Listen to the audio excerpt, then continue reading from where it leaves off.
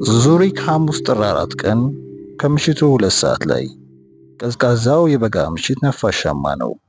በረዶ መጣል በመጀመሩ ነፋስ የሚያካልበው ደቃቅ በረዶ ከተማውን ሸፍኖታል። በሮፊና ኩባንያው የአስተዳደር ህንፃ ውስጥ ያሉት ቢሮዎች ጭር ብለዋል። በጨለማው ውስጥ ደምቀው የሚታዩት የቢሮዎቹ አምፖሎች ፈዛዛ ቢጫ ጨረቃዎች ይመስላሉ። ኤልሳቤት ቢሮዋ ውስጥ ብቻዋን ተቀምጣ አምሽታ እየሰራች ለስብሰባ ወደ ጄኔቫ የሄደውን ሪስን ቶሎ እንዲመጣ እየተመኘች እስኪመስል ድረስ እየጠበቀችው ነው። ሰራተኞቹ በሙሉ ገና ድሮ ወደ የቤታቸው ሄደዋል። ኤልሳቤት ስራዋ ላይ ትኩረቷን ማሰባሰብ ተስኗት ተቁነጠነጠች። ዋልተርን ለመጀመሪያ ጊዜ ስታየው መልከ መልካምና ወንዳ ወንድ ባህሪ ያለው ሰው እንደነበርና በአና ፍቅር መክነፉን አስታወሰች። ምናልባት በአና ፍቅር ያበደ እያስመሰለ ሊሆን ይችል ነበር። ለደረሱት አሰቃቂ ነገሮች ሁሉ ተጠያቂው ዋልተር እንደነበርና አምና ለመቀበል ተቸገረች። ኤልሳቤት ለአና ከልብ አዝናላታለች። ብዙ ጊዜ ስልክ ደውላ ልታገኛት ሞክራም ነበር፣ አልተሳካላትም። ካጠገቧ ሆና የቻለችውን ሁሉ በማድረግ አናን ለማጽናናት ወደ በርሊን መሄድ ይኖርባታል። ስልኩ ድንገት ጮኸና አስደነገጣት። አነሳችው። የደወለላት ኤሌክ ነበር። ድምፁን ስትሰማ በጣም ደስ አላት። ስለ ዋልተር ሰማሽ? ኤሌክ ጠየቃት። አሁን በጣም አስቀያሚ ነገር ነው። በእውነቱ ማመን አልቻልኩም። ኤልሳቤት አትመኚ። ኤልሳቤት የሚላትን በደንብ እየተረዳችለት አልመሰላትም። ምን አልከኝ? ኤልሳቤት እንዳታምኚ፣ ዋልተር ጥፋተኛ አይደለም። ግን እኮ ፖሊሶች እነሱ ተሳስተዋል። እኔና ሳም መጀመሪያ ላይ ክትትል ያደረግነው ዋልተር ላይ ነበር። ንጹህ ሆኖ ነው ያገኘነው። እየፈለግነው ያለው እሱን አይደለም። ኤልሳቤት ስልኩን አፍጥጣ እያየች ግራ ተጋባች። እየፈለግነው ያለው እሱን አይደለም ሲል ምን ማለቱ ነው? ምን እያልክ እንደሆነ አልገባኝም አለችው። ኤሌክ እንደማመንታት አለና ቀጠለ። ኤልሳቤት፣ የዚህ አይነቱን ጉዳይ በስልክ ማውራት ጥሩ ባይሆንም ለብቻሽ ላነጋግርሽ እድል ስላላገኘው ሁኔታውን ልነግርሽ እገደዳለሁ። ምንድን ነው የምትነግረኝ? ኤልሳቤት ጠየቀችው። ባለፉት ጥቂት ዓመታት አንድ ሰው በኩባንያው ላይ ሴራ እያሴረ ወይም ደግሞ እየጠነሰሰ ነበር። በደቡብ አሜሪካ ከሚገኙት ፋብሪካዎቻችን መካከል አንዱ ፍንዳታ ደርሶበት ነበር። የባለ መብትነት ፈቃዳችንንም ተዘርፈናል። በዚህ ላይ አደገኛ መድኃኒቶች ሆን ተብሎ የተሳሳቱ ስሞች ባላቸው ማሸጊያ ውስጥ ሆነው እንዲሰራጩ ሲደረግ ቆይቷል። ሁሉንም ነገር ለመንገር ጊዜ አይኖረኝም። ብቻ እኔ ባየሁት ዙሪያ ከሳም ጋር እንድነጋገር አድርጌ የውጭ መርማሪዎችን ቀጥረን ከዚህ ሴራ ጀርባ ያለውን ሰው ማንነት እንድናውቀው ነግሬው ነበር።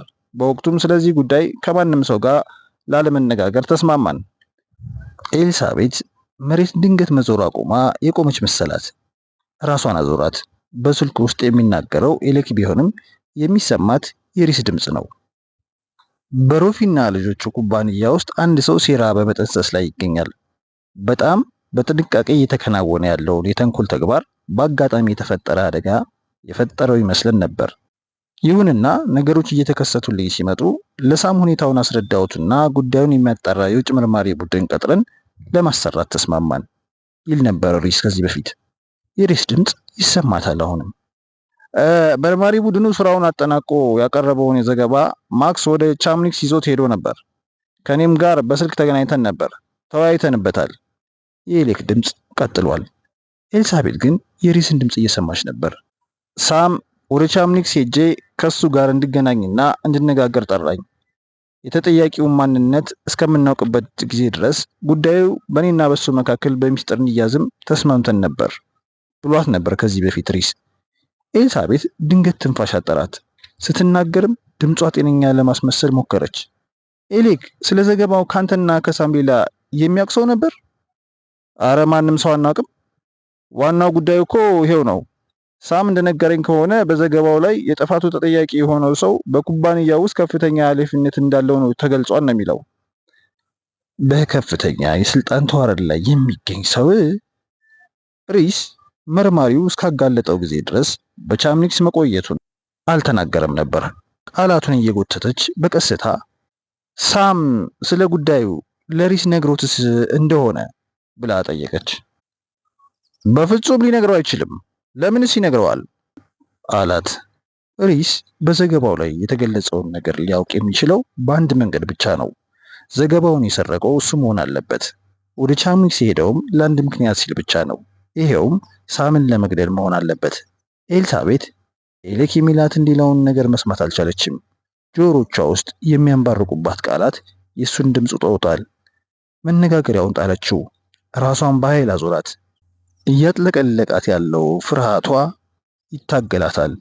ከአእምሮዋ ውስጥ በርካታ የተዘበራረቁ ምስሎች ተፈራረቁባት። የጂፑ አደጋ በደረሰባት ጊዜ ወደ ሳርዲና መሄዷን ለሪስ ለማሳወቅ መልእክት ትታለስ ነበር። አሳንሰሩ በተከሰከሰበት ምሽትም ሪስ በቦርዱ ስብሰባ ላይ አልተገኘም። ወደ ቢሮ የመጣው እሷና ኬት ብቻቸውን ስራ እየሰሩ በነበረበት ጊዜ ነበር። ቆይቶ ሊመጣ የቻለውም ሊያግዛቸው አስቦ እንደነበርም ነግሯቸዋል። በዚያም ወዲያውኑ ከህንፃው ውስጥ ወጥቶ ሄዷል። ምናልባትም ባይሄድስ? የሆነ ስህተት መኖር አለበት። ሪስ የዚህ አይነቱን ክፉ ነገሮች አያደርግም። በፍጹም እሱ ሊሆን አይችልም። አእምሯ ውስጥ ውዝግብ ነገሰ። ኤልሳቤት ከወንበሯ ላይ ተነስታ እየተንደጋደገች ከሪስ ቢሮ ጋር ወደሚያገናኘው በር ሄደች። ክፍሉ ጨልሟል። መብራቱን አብርታ ስትፈራ ስትችር ዙሪያዋን ቃኘች። ምን እየፈለገች እንደሆነ አልገባትም። እየፈለገች ያለችው የሪስ ወንጀለኛነት ሳይሆን ንጹህነቱን የሚያረጋግጥ መረጃ ለማግኘት ነው። የምታፈቅረው በእጆቹ አቅፎ ፍቅርን የሚሰጣት ሰው የለየለት ነፍሰ ገዳይ ሊሆን መቻሉን ማሰብ አቃታት። በሪስ ቢሮ ጠረጴዛ ላይ አጀንዳ ተቀምጧል። ኤልሳቤት አጀንዳውን ገልጣ በመስከረም ወር የጂፑ አደጋ በተፈጸመበት የሳምንት መጨረሻ የነበሩትን እቅዶች ተመለከተች። አጀንዳው ላይ ወደ ናይሮቢ መጓዙ ተገልጿል። በእርግጥ ሪስ ወደ ናይሮቢ ሄዶ እንደነበር ለማረጋገጥ ፓስፖርቱን መመልከት ያስፈልጋታል። ማሳሰቢያዎቹን እየከፈተች ፓስፖርቱን ፈለገች። በሆነ መንገድ ንጽህናውን ማረጋገጥ እንዳለባት ብታውቅም የጥፋተኝነት ስሜት ተሰምቷታል። የእስረኛው መሳቢያ ተቆልፏል። ኤልሳቤት አመነታች። የሪስን መሳቢያ በኃይል ሰብራ የማየት መብት እንደሌላት ታውቃለች። ይህንን ካደረገች የእምነት ደም ተላልፋ ያልተፈቀደ ግዛት ውስጥ ስለምትገባ መመለሻ ላይኖራት ይችላል። ሪስ ያደረገችውን ነገር ሲያውቅ ምክንያቱን መንገድ ይጠበቅባታል። ቢሆንም ግን እውነታውን ማወቅ አለባት። የደብዳቤ መክፈቻውን አንስታ መሳቢያውን ስትከፍተው የጠረጴዛው እንጨት ተሰባበረ። መሳቢያው ውስጥ በርካታ ማስታወሻዎችና ደብዳቤዎች ታጭቀዋል። በየተራ እያነሳች አወጣቻቸው። በሪስ አድራሻ የተላከ አንድ ፖስታ አገኘች። የእጅ ጽሑፍ የሴት ሲሆን ፖስታውም ከደረሰው ከጥቂት ቀናት አልፎታል። ኤልሳቤት ለጥቂት ጊዜ ስታመጣ ቆየችና ከፓሪስ የተላከውን ፖስታ ከፈተችው። ላኪዋ ሄለን ሮፊ ማርቴል ነበረች። የኔ ውድ፣ በስልክ ላገኘህ ሞክሬ አልተሳካልኝም። በአስቸኳይ በድጋሚ ተገናኝተን እቅዳችንን ብሎ ይጀምራል። ኤልሳቤት ደብዳቤውን መጨረስ አልቻለችም። መሳቢያ ውስጥ የተሰረቀው ዘገባ አይኖቿ ውስጥ ሲገባ በድንጋጤ አፍጥጣ ቀረች። ሚስተር ሳም ሮፊ ከፍተኛ ሚስጥር ቅጂ የለውም ይላል።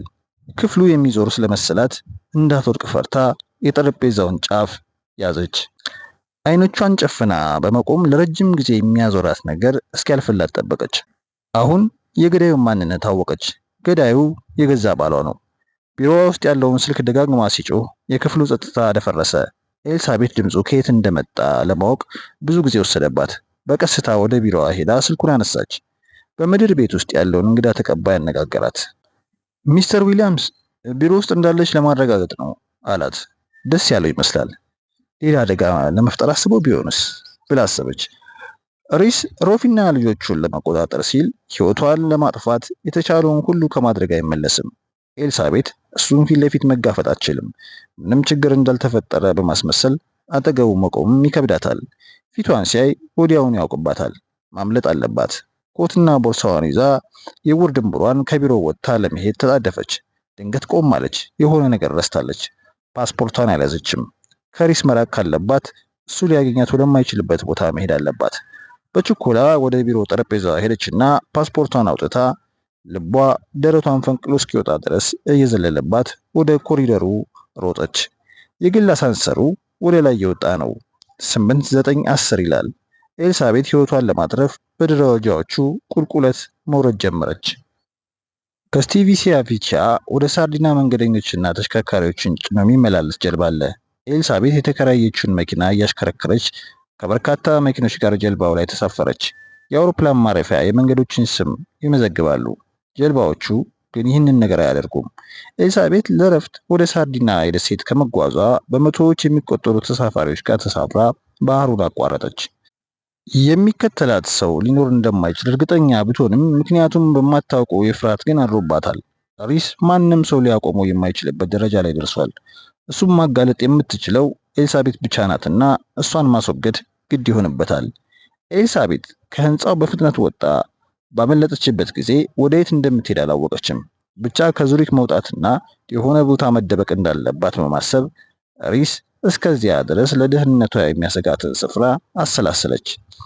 ለዚህ ያመች ሆኖ ያገኘችውና በአእምሯ ውስጥ የተከተላት ወይም ደግሞ የተከሰተላት የመጀመሪያው ቦታ የሳርዲና ደሴት ሆነ።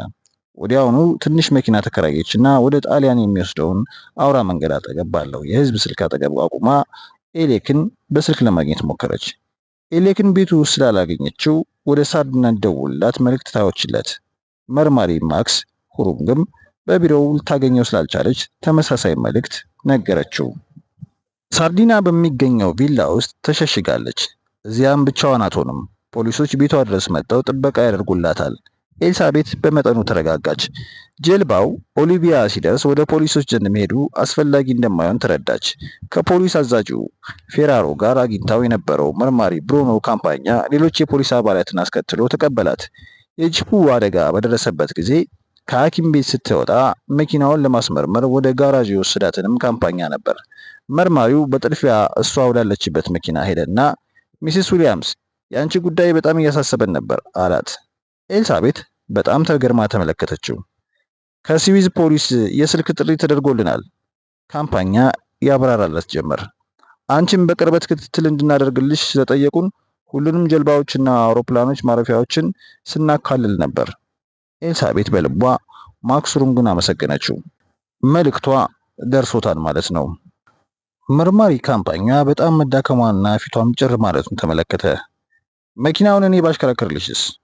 በጣም ደስ ይለኛል አለችና ኤልሳቤት ምስጋናዋን ገለጸችለት። እሷ ከፊት ወንበሩን የመንገደኛ ወንበር ላይ አልፋ ስትቀመጥለት ረጅሙ መርማሪ የሾፌሩን ቦታ ያዘ። የት ብትሆኝ ይሻልሻል? ፖሊስ ጣቢያ እንሂድ ወይስ ወደ ቪላው? አይ አንድ ሰው አብሮኝ ሊቆይ ቢችል ቪላውን እመርጣለሁ። አለዚያ ብቻዬን መሆን ስለማልፈልግ ወደ ፖሊስ ጣቢያው እንሂድ። አይዞሽ፣ አትጨነቂ፣ ጥበቃ እናደርግልሻለን። ትዕዛዝ ተሰጥቶናል። ለዛሬ ማታ እኔ ካንቺ ጋር እሆናለሁ። ወደ ቤት በሚወስደው መንገድ ላይ የሬዲዮ መገናኛ የተገጠመለት መኪና ጥበቃ እንዲደረግ ስለምናዝ ምንም ሰው አጠገብሽ ዝር አይልም። የመርማሪው በራስ መተማመን ኤልሳቤትን ዘና እንድትል አደረጋት። መርማሪ ካምፓኛ ያለምንም ችግር መኪናውን በፍጥነት እያሽከረከረ በጠባቦቹ የኦሊቪያ መንገዶች በመሽለክለክ ወደ ኮስታ ሲሜሬንዳ በሚያመራው መንገድ በኩል ወደ ተራራው አቀኑ። ያለፉባቸው መንገዶች ሁሉ ሪስን አስታወሷት። ስለ ባለቤቴስ ስለሱ የሰማኸው ነገር አለ አለችው። መርማሪ ካምፓኛ በርህራሄ ላፍታ አየት አድርጓት አይኖቹን ወደ መንገዱ መለሳቸው። ባለቤትሽ በመሸሽ ላይ ቢሆንም ብዙ ርቆ ሊሄድ አይችልም። ጠዋት ላይ በቁጥጥር ስር እንደሚውሉ ይጠበቃል። ኤልሳቤት በሰማችው ነገር እፎይታ ማግኘት ሲገባት እያንዳንዷ ቃሉ አስከፊ ህመም አሳደረችባት። የሰማችው ስለ ሪስ ነው። ሪስ እንደ እንስሳ እየታደነ ይገኛል። በዚህ አስከፊ የቁም ቅዠት ውስጥ አስገብቷት እሷም ህይወቷን ለማትረፍ እንድትታገል እንዳስገደዳት ሁሉ እሱም ለህይወቱ እየተፍጨረጨረ ነበር። በጣም ታምነው እንዳልነበረ ሁሉ ደግነቱን፣ ቀናነቱን፣ ፍቅሩን አምና እንዳልተቀበለችው ሁሉ ካዳት። ሰውነቷ ተርገፈገፈ። በረደሽ እንዴ? መርማሪ ካምፓኛ ጠየቃት። አይ አልበረደኝም፣ ደህና ነኝ አለችው። ሰውነቷን አተኩሷታል። በመኪናው በኩል የሚነፍሰው ሙቅ ንፋስ አስደነገጣት። መጀመሪያ ላይ የገዛ ራሷ አእምሮ ይህንን አይነት ስሜት የፈጠረባት ቢመስላትም ደሴቷ በእርጥበት አዘል ሙቀት አውሎ ንፋስ ልትመታ ሳይሆን አይቀርም፣ ሌሊቱ አስቸጋሪ መሆኑ ነው ሲል ሁኔታው ገባት። ከአንድ ሰዓት ጉዞ በኋላ የጎርዲናው ቪላ በጨለማ ውስጥ ጎልቶ ታያቸው። መርማሪ ካምፓኛ ከዋናው ተራራ መንገድ ወጥቶ በመታጠፍ ወደዚያ በሚያስገባው መንገድ አመራ። መኪናውም በባዶ የመኪና ማቆሚያ ስፍራ ላይ አቁሞ ሞተሩን አጠፋና ወርዶ እሷ በተቀመጠችበት በኩል ያለውን በር ከፈተላት። ሚስስ፣ ምናልባት ችግር ካለ መጠንቀቅ ስለሚያስፈልገን ከኋላ ሆነሽ ተከተይኝ። መልካም አለችው ኤልሳቤት። ወደ ጨለማው ቪላ የፊት በር አመሩ። መርማሪ ካምፓኛ ዙሮ አያትና በዚህ እንደማይኖር እርግጠኛ ነኝ፣ ቢሆንም መጠንቀቅ አለብን። ቁልፍሽን ትሰጪኝ አለ። ኤልሳቤት የበሩን ቁልፍ ሰጠችው። ቀስ ብሎ በሩን አጠገብ ወዳለው ወደ አንዱ ጥግ አስጠጋትና ቁልፉን በቀዳዳው ውስጥ አስገብቶ በማዞር በሩን ከፈተው። አንደኛውን እጁን ሽጉጡ ላይ አድርጎ ቀድሟት ወደ ውስጥ ገባና መብራቱን አበራ። ኮሪደሩ በደማቅ ብርሃን ተጥለቀለቀ። ቤቱን እንድታሳይኝ እፈልጋለሁ አለ መርማሪ ካምፓኛ። እያንዳንዱን ክፍል መፈተሽ አለበት። እሺ። በጥንቃቄ መራመድ ጀመሩ። መርማሪው የገቡባቸውን ክፍሎች መብራቶች እያበራ ክፍሎቹን ይፈትሻል። ግዙፉ መርማሪ ካምፓኛ በቤቱ ውስጥ የሚገኙትን ሳጥኖች ሁሉ እየከፈተ ከማየቱም ሌላ እያንዳንዱን ጥጋ ጥግ በጥንቃቄ ያያል። የመስኮቶችና የበሮችንም መዘጋት ያረጋግጣል። በቤቱ ውስጥ ማንም ሰው አልነበረም። በመጨረሻ ምድር ቤት ወዳለው ሳሎን ሲመለሱ ወደ ዋናው ማዘዣ ጣቢያ ስልክ ለመደወል እፈልጋለሁ፣ ስልክሽ ያለበትን ብታሳይኝስ ሲል ጠየቃት። ምንም ችግር የለም ብላ ወደ ጥናት ክፍሉ ወሰደችው። መርማሪው ስልኩን አንስቶ ደወለና ካፍታ በኋላ መነጋገር ጀመረ። መርማሪ ካምፓኛ ነኝ። አሁን ቪላ ውስጥ ነን። እኔ ዛሬ ሌሊት እዚሁ አድራለሁ። በመግቢያው መንገድ ላይ የሚቆየውን ፖሊስ የጥበቃ መኪና ላኩልን ካለ በኋላ ለትንሽ ጊዜ ሳያዳምጥ ቆይቶ እሷ ደህና ነች፣ ብቻ ትንሽ ድካም ይታይባታል። አዲስ ነገር ካለ በኋላ ላይ እደውላለሁ ብሎ መነጋገሪያውን አስቀመጠ። ኤልሳቤት ዘና ብላ በአንድ ወንበር ላይ ተቀመጠች። ስጋትና ውጥረት ቢኖርባትም ነገ የባሰ ነገር እንደሚያጋጥማት ታውቃለች። የነገው ስሜቷ ከዛሬው የባሰ ይሆናል። እርግጥ ምንም ችግር አይደርስባትም። ሪስ ግን ሊሞት ወይም ደግሞ እስር ቤት ሊገባ ይችላል። እሱ በእርግጥ በድሏታል። እሱ ግን የፈለገውን ነገር ቢያደርጋት የእሱ መሞት ወይም መታሰር አትሻም። መርማሪ ካምፓኛ ሁኔታዋ እንዳሳሰበው ከፊቱ ላይ እያስታወቀበት ቡና መጠጣት እፈልጋለሁ አላት። አንቺስ ቡና አያምርሽም ብሎ ጠየቃት። እንዲያውም ቡና አፈላለሁ አለችና ኤልሳቤት ከመቀመጫዋ ላይ መነሳት ጀመረች። ሚስስ ዊሊያምስ አንቺ ከወንበረሽ ላይ እንዳትነሺ። ባለቤቴ እኔ የማፈላው ቡና በዓለማችን ላይ ተወዳዳሪ የማይገኝለት እንደሆነ ትመሰክርልኛለች። ይህን ላረጋግጥልሽ ስለምፈልግ ራሴ አፍልቼ አጠጣሻለሁ አላት። ኤልሳቤት ፈገግ ብላ አመሰግናለሁ አለችውና ተደላላ ወንበሯ ላይ ተቀመጠች። ስሜቷ ምን ያህል እንደላሸቀ አልገባትም ነበር። ለመጀመሪያ ጊዜ ከኤሌክ ጋር በስልክ በምትነጋገርበት ጊዜ ጭምር የሆነ ችግሩ መኖሩን እንደተሰማትና በደንብ ያልተረዳችው ነገር እንደነበር አመነች። ሪስ ንጹህ ሊሆን እንደሚችል አሰበች። በመሸሽ ላይ በነበረችበት ጊዜ እንኳን ሪስ እነዚያን ሁሉ አሰቃቂ ተግባራት ሊፈጽም እንደማይችል ታስብ ነበር። አባቷን ከገደለ በኋላ እሷን በፍቅሩ ማርኮ በኋላም ሊገላት አይሞክርም። ሪስ የዚህ አይነቱ ተግባር የሚፈጽም አውሬ ሰው አይደለም። አሁንም ቢሆን ሙሉ በሙሉ ተስፋ አልቆረጠችም። ነገር ግን መርማሪ ካምፓኛ የሪስን በሽሽት ላይ መሆንና በሱም ሳይርቅ ጠዋት በቁጥጥር ስር ውስጥ ሊውል እንደሚችል ሲነግራት ተስፋዋ ተሸረሸረ። ከዚህ በኋላ ስለሱ ማሰብ ባትፈልግም ስለሌላ ነገር ማሰብ አልቻለችም። ሪስ ኩባንያውን ለመቆጣጠር አስቦ እቅዱን ተግባራዊ ለማድረግ ሲንቀሳቀስ ምን ያህል ጊዜ ቆይቶ ይሆን? ምናልባትም በስዊዝ በሚገኘው አዳሪ ትምህርት ቤት መልኳ አይን ውስጥ የማይገባዋን የ15 ዓመት ብቸኛ ልጃገረድ ካየበት ቅጽበት ጀምሮ ሊሆን ይችላል። ሳምን በሴቷ ልጁ በኩል ሊያሞኘው የወሰነው የዚያን ጊዜ መሆን አለበት። ደግሞም በቀላሉ አጃጅሏቸዋል። መጀመሪያ በማክሲዝም ሆቴል ራት ጋበዛትና ቀረባት። ከዚያም ለዓመታት እንደ ጓደኛ የቀረበ ረጅምና ወሬዎችን እያወራላት ሲያባብላት ቆየ። በዚህ ላይ ቁመናው፣ አቤት የቁመናው ማራኪነት ትዕግስቱም ቢሆን የሰጠ ነበር። ሙሉ ሴት እስክትሆን ድረስ ጠበቃትና ከሁሉም በላይ ለማመን የሚቸገረው ሪስ እሷን ማግባት ያላስፈለገው መሆኑ ነው። ያግባባችው እሷ ራሷ ነበረች። እንዴት ሊስቅባት እንደሚችል አሰበች። የእሱና የሄለን ግንኙነትም ታወሳት።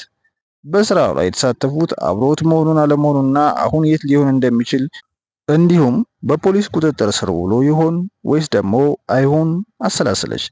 ድንገት ሆድ ባሳትና ስሜቷን መቆጣጠር አቅቷት ተንሰቅስቃ አለቀሰች። ሚስስ ዊሊያምስ መርማሪ ካምፓኛ አንድ ስኒ ቡና ይዞ አጠገቧ ቆመ። ይኸውልሽ ይህን ስትጠጪ ጥሩ ስሜት ይሰማሻል። በጣም አዝናለሁ። ኤልሳቤት ይቅርታ ጠየቀችው። ወትሮዬን እንደዚህ አልነበርኩም አለችው።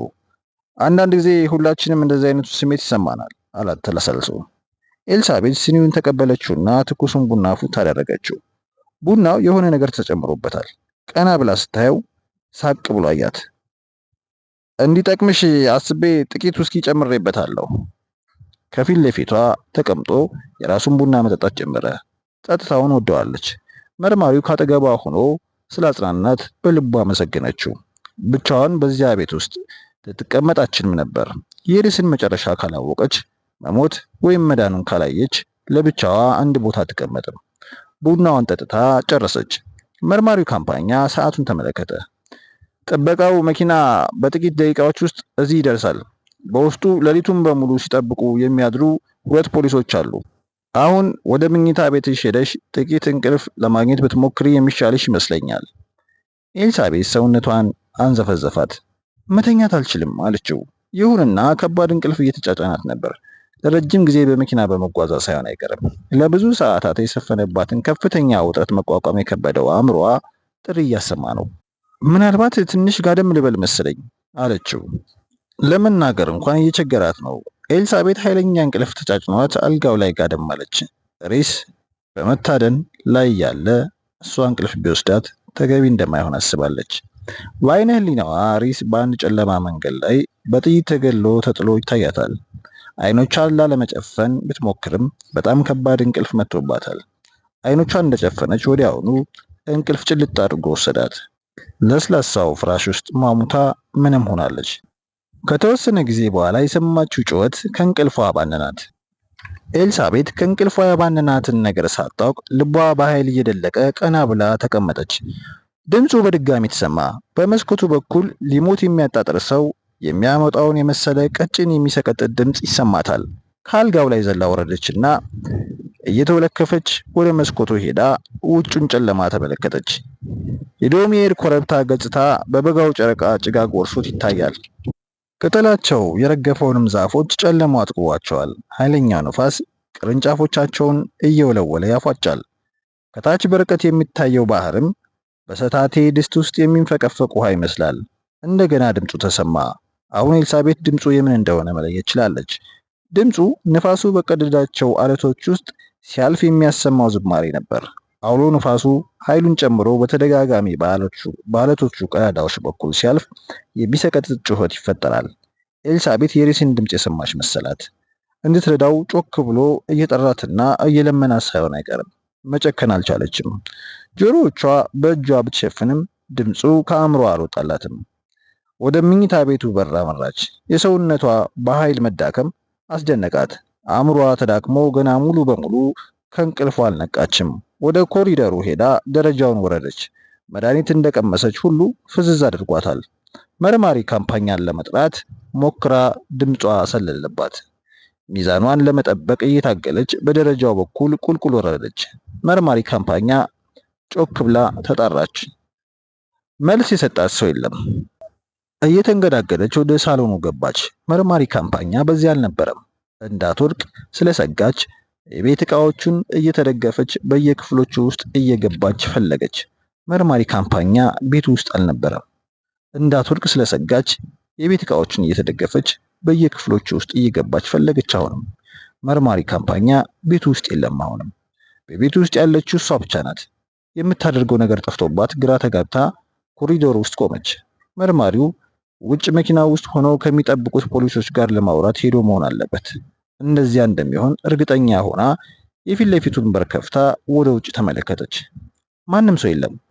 ከሌሊቱ ጨለማና ከነፋሱ ድምፅ በስተቀር የሚታይም ሆነ የሚሰማ ነገር የለም። በጣም ፈርታ ፊቷን አዙራ ወደ ጥናት ክፍሉ ሄደች። ወደ ፖሊስ ጣቢያ ደውላ ምን እንደተፈጠረ መጠየቅ አለባት። ስልኩን አንስታ አዳመጠች። ምንም ድምፅ አልተሰማትም። የስልኩ መስመር ተቋርጧል። ለንደን በሚገኘው የዌስት ሚኒስተር ሆስፒታል ውስጥ ቪቪያን ከቀዶ ጥገና ክፍሉ ወጣ በተሽከርካሪ አልጋ ላይ ተኝታለች። አልጋውን እየገፉ በረጅሙ ባለብዙ መብራት ኮሪደር በኩል ወደ ተዘጋጀላት ክፍል ሲወስዷት ነፍሷን አወቀች። 8 ሰዓት የፈጀ ቀዶ ጥገና ተደርጎላታል። ሐኪሞቹ የተቻላቸውን ያህል ቢጥሩላትም በድጋሚ በእግሯ መራመድ እንድትችል ሊያደርጓት ግን አልቻሉም።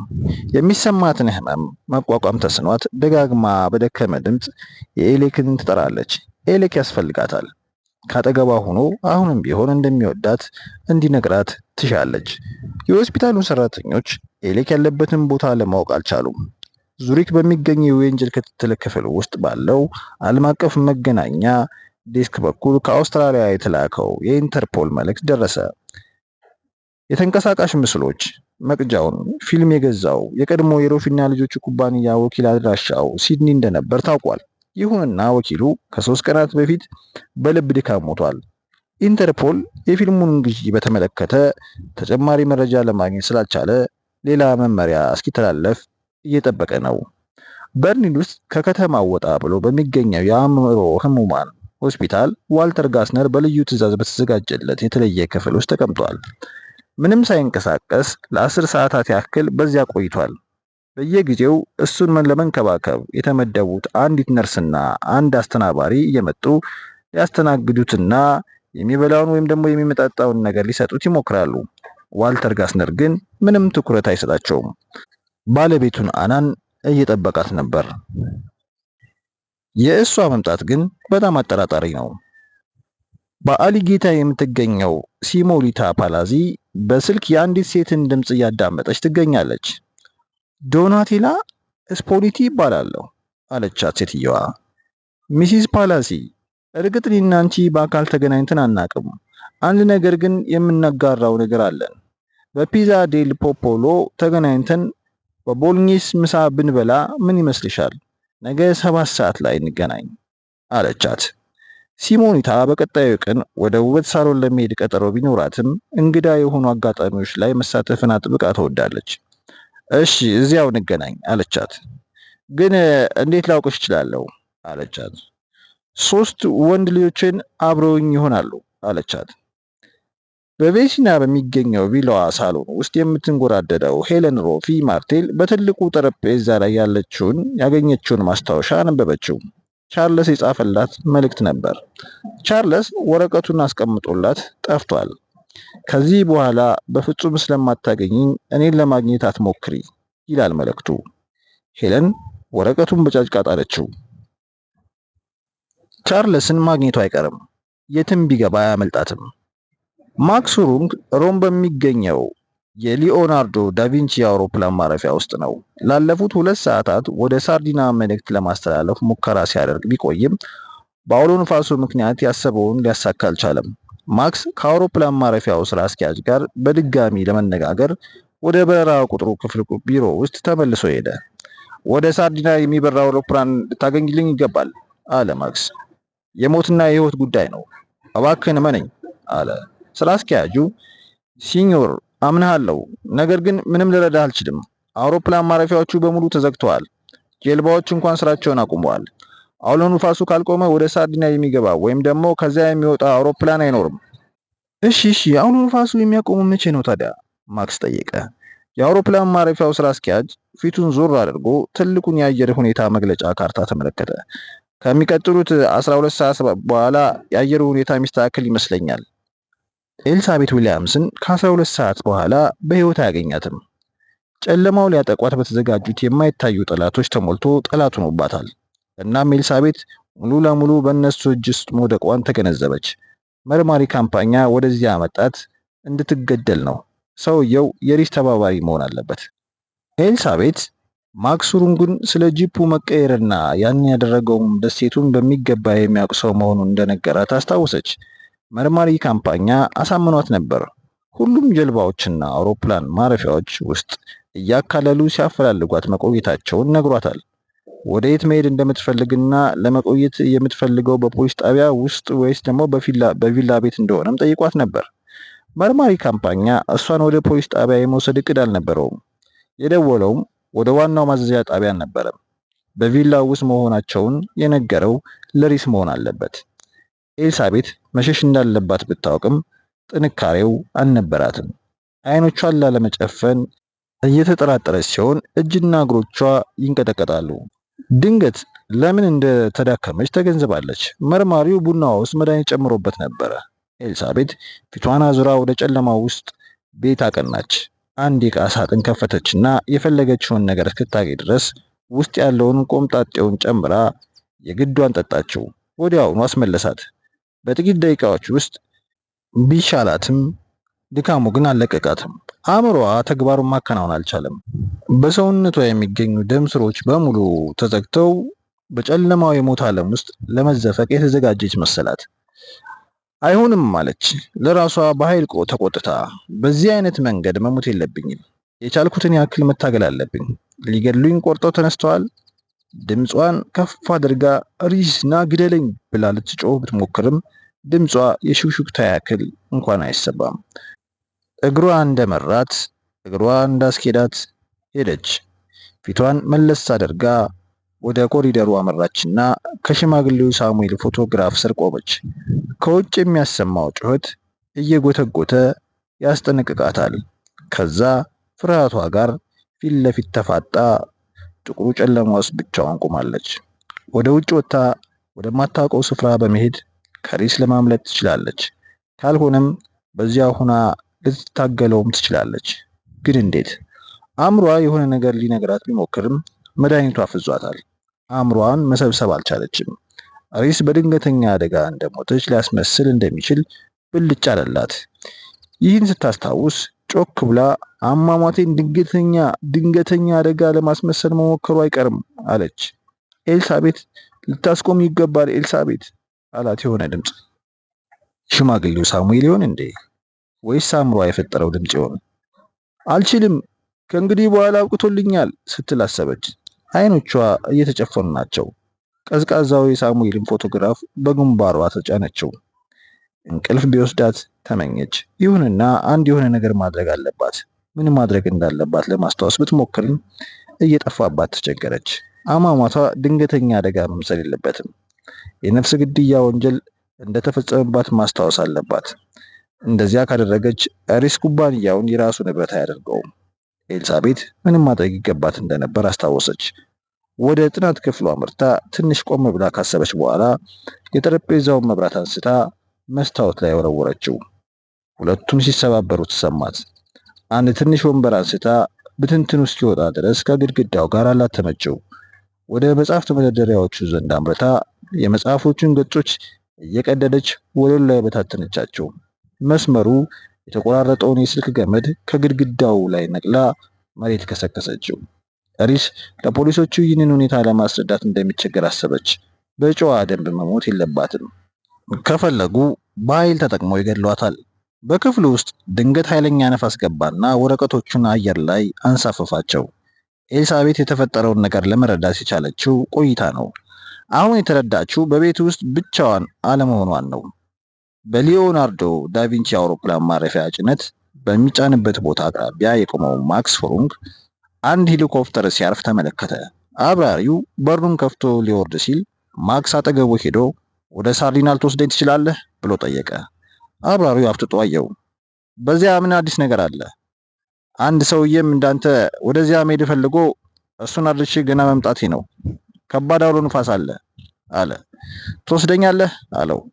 አዎ፣ ግን የተለመደውን ዋጋ 3 እጥፍ ትከፍላለህ። ማክስ ምንም አላንገራገረም። ሄሊኮፕተሩ ላይ ቶሎ ተሳፈረ።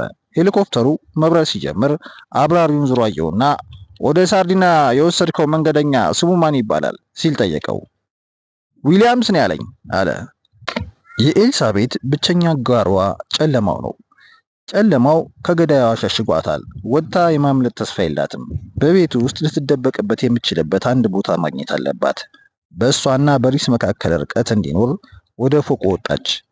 ደረጃዎቹ ጫፍ ላይ ስትደርስ እንደማመንታት አለችና ወደ ሳም መኝታ ቤት ሄደች።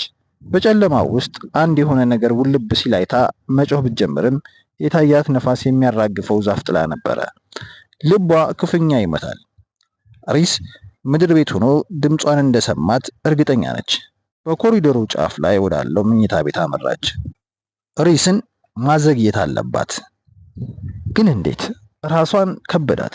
ሁሉም ነገር ተምታታባት። ማሰብ አለባት። ሽማግሌው ሳሙኤል በሳ ቦታ ቢሆን ኖሮ ምን ያደርጋል?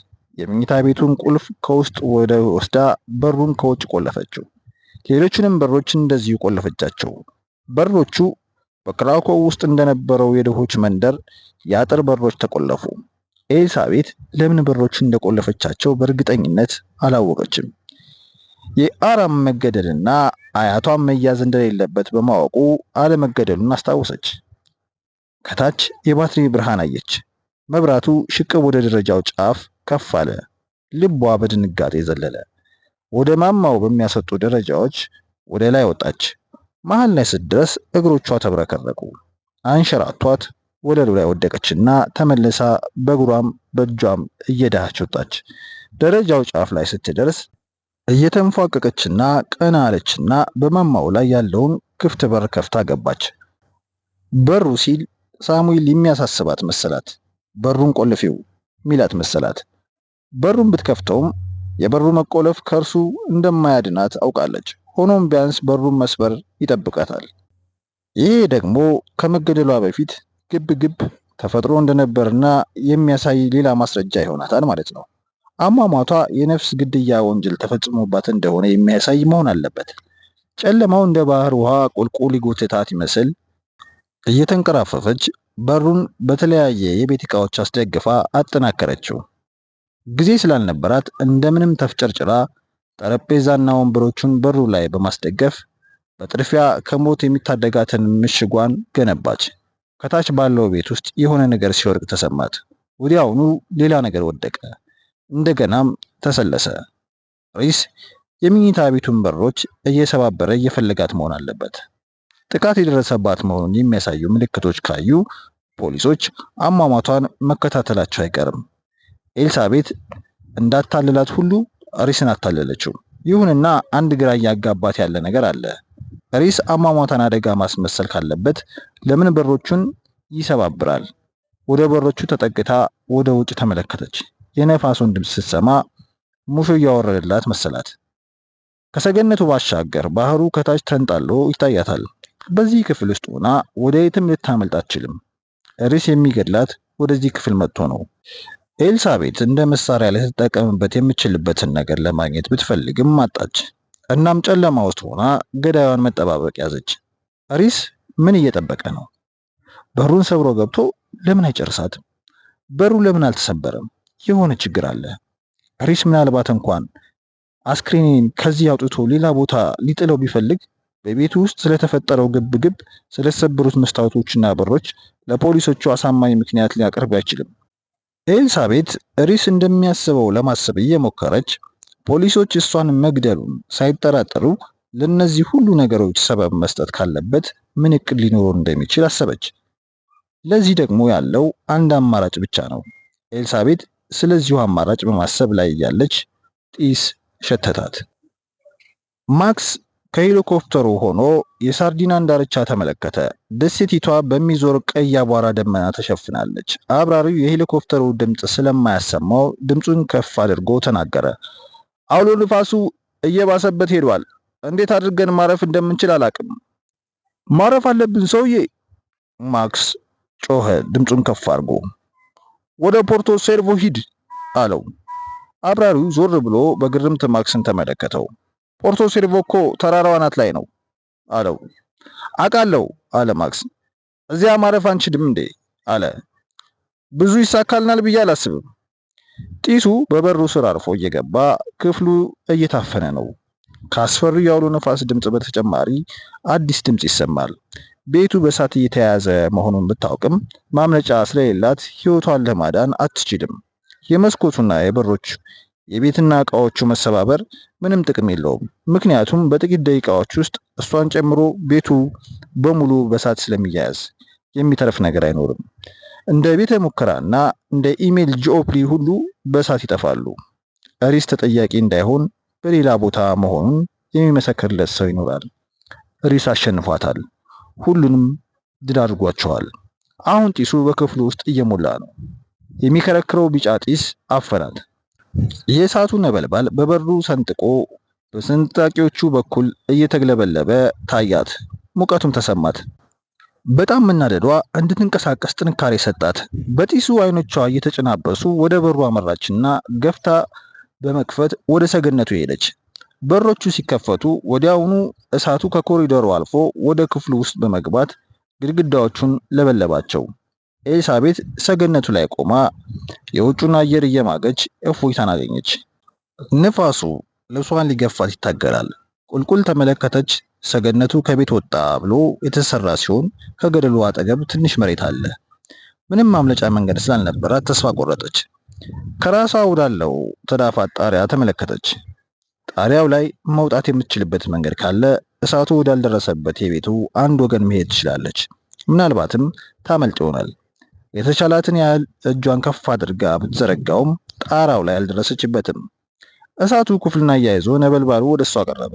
ያላት አንድ አማራጭ ለመጠቀምና ወስና በእሳቱ ወደ ተያያዘውና በሚከረክር ጢስ ወደ ታፈነው ክፍል ውስጥ የግዷን ተመልሳ ሄደች። ከአባቷ የቢሮ ጠረጴዛ አጠገብ ያለውን ወንበር ይዛ እየጎተተች ወደ ሰገነቱ አወጣችው። ሚዛኗን ለመጠበቅ እየታገለች ወንበሩን አስተካክላ አስቀምጣ በላዩ ላይ ቆመች። አሁን ጣሪያው ላይ መድረስ ችላለች። ይሁንና አጥብቃ ልትይዘው አላመቻትም። አይኖቿ በጢሱ እየተጨናበሱ የውር ድንብሯን የመያዝ ነገር ፍለጋ ተፍጨረጨረች።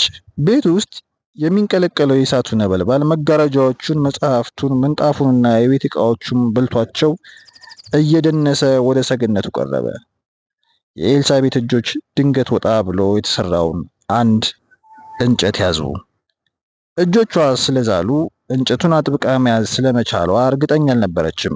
እንጨቱን ይዛ በመንጠላጠል ወደ ላይ መውጣት ስትጀምር ወንበሩ ከዳት። ያላትን ኃይል በሙሉ አሰባሰበችና ወደ ላይ ተሳበች። አሁን ሕይወቷን ለማትረፍ በቀድሞው ግድግዳ ላይ ወጣች። ከብዙ ድካም በኋላ ተዳፋቱ ጣቢያ ላይ ተንጋለለችና ትንፋሽ መሰብሰብ ጀመረች። አሁን መንቀሳቀስ አለባት። መንፋቀቅና ወደ ላይ መሳብ ጀመረች። ከተንሸራተተች ከታች ወዳለው ወይም ደግሞ ታች ላይ ባለው ጨለማ ገደል ውስጥ እንደምትገባ ታውቃለች። ከጣሪያው አናት ላይ ስትደርስ ትንፋሿን ለመሰብሰብ ቆማለች። ሰገነቱ በእሳቱ መጋየት ጀምሯል። ከዚህ በኋላ ወደ ኋላ መመለስ የለም። ቁልቁል ስትመለከት ከቤቱ ሌላኛው ጎን ያለውን የእንግዶቹን መኝታ ቤት ሰገነት አየችው። እዚያም ምንም የእሳት ነበልባል አይታይም። ይሁንና ወደዚያ ለመሄድ መቻሏን እርግጠኛ አልነበረችም። የጣሪያው ተዳፋት ሊያንሸራትታት እንደሚችል አሰበች። ነፋሱ በኃይል እየነፈሰ ሊያንገዳግዳት ይሞክራል። ካዳልጣት መመለሻ የላትም። ትወድቃለች። ለመንቀሳቀስ ፈርታ ባለችበት በድን ሆና ቀረች። ድንገት እንደ ታምር በእንግዳ መቀበያ ቤቱ ሰገነት ላይ አንድ ሰው አየች። ኤሌ ቆሞ ወደ ላይ እየተመለከታት ነበር። አይዞሽ የኔ ቆንጆ፣ ያንን ያህል ከባድ አይደለም፣ መዝለል ትችላለሽ አላት ዝግ ባለ ድምፅ። ኤልሳቤት አሁን ልቧ ሲረጋጋ ታወቃት። መጀመሪያ ቀስ በይ ኤሌ ካደፋፈራት። ከዚያ አንድ በአንድ ተራመጅና ዝለይ። በጣም ቀላል ነው። ኤልሳቤት ጥንቃቄ በተሞላበት አኳኋን ጣሪያውን እንዳያንሸራትታት በቀስታ ተራመደች። አይኖቿን ጨፍና ብትዘል ጠንካራ እጆቿ እንደሚጠብቋት እያሰበች ሳለ የኤሌክን የማደፋፈሪያ ድምፅ ሰማች። ይሁንና ድንገት አዳለጣትና ቁልቁል ተንሸራታ መውደቅ ያዘች። ቆይ ቆይ ቆይ ኤሌክ ጮኸ። ኤልሳቤት አንድ የምትይዘው ነገር ስላገኘች አጥብቃ ያዘችው። ጣሪያው ጫፍ ላይ ደርሳለች። ከታች ማለቂያ የሌለው ከሚመስለው ጨለማ በስተቀር ምንም ነገር የለም። ኤሌክ ወደ ቆመበት ባልኮኒ ቁልቁል መዝለል አለባት።